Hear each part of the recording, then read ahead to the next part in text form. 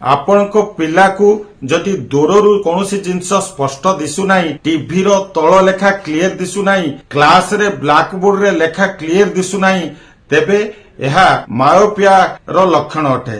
ପ୍ରଥମେ ଆମକୁ ବୁଝିବାକୁ ପଡିବ ମାୟୋପିଆ କାହିଁକି ହୋଇଥାଏ। ମାୟୋପିଆ ହେବାର ମୁଖ୍ୟ କାରଣ ହେଉଛି ମୋବାଇଲ ଅଧିକ ଦେଖିବା କିମ୍ବା ଟିଭି ଅଧିକ ଦେଖିବା, ବାହିର ଆକ୍ଟିଭିଟି ନ କରି ଘରେ ବସି ରହି କେବଳ ମୋବାଇଲ ଏବଂ ଟିଭି ସଂସ୍ପର୍ଶରେ ଆସିବା ଯୋଗୁଁ ପିଲାମାନଙ୍କର ଏହି ସମସ୍ୟାଟା ଆଜିକାଲି ଦେଖାଦେଉଛି। ଯେମିତିକି ପିଲା ଅନଲାଇନରେ କ୍ଲାସ କରିବା ହେଉ କିମ୍ବା ଯେମିତି ବି ହେଉ ମୋବାଇଲ ଏବଂ ଟିଭି ସଂସ୍ପର୍ଶରେ ଅଧିକା ଆସିବା ଯୋଗୁଁ ଏହି ସମସ୍ୟା ସାଧାରଣ ଭାବରେ ଦେଖାଦେଇଥାଏ। ଯଦି ଆପଣଙ୍କ ପିଲାର ମାୟୋପିଆ ହେଇଛି ଅର୍ଥାତ୍ ବ୍ଲାକବୋର୍ଡରେ ଲେଖା ଜିନିଷ ତାକୁ ଦିଶୁନାହିଁ, ଟିଭିର ତଳ ଲେଖା ଦିଶୁନାହିଁ କିମ୍ବା ଦୂର ଜିନିଷ ସ୍ପଷ୍ଟ ଦିଶୁନାହିଁ, ଏଥିପାଇଁ ମୁଁ ଆପଣମାନଙ୍କୁ ଆଜି ଦୁଇଟି ହୋମିଓପାଥିକ ମେଡିସିନ କହିବି।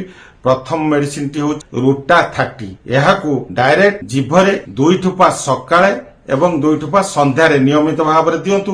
ଯଦି ପିଲା ଡାଇରେକ୍ଟ ଜିଭରେ ଖାଇବାକୁ ପସନ୍ଦ କରୁନାହିଁ, ଏହାକୁ 1 ଚାମଚ ପାଣିରେ 2 ଠୋପା ସକାଳେ ଏବଂ 1 ଚାମଚ ପାଣିରେ 2 ଠୋପା ସନ୍ଧ୍ୟାରେ ନିୟମିତ ଭାବରେ ଦିଅନ୍ତୁ।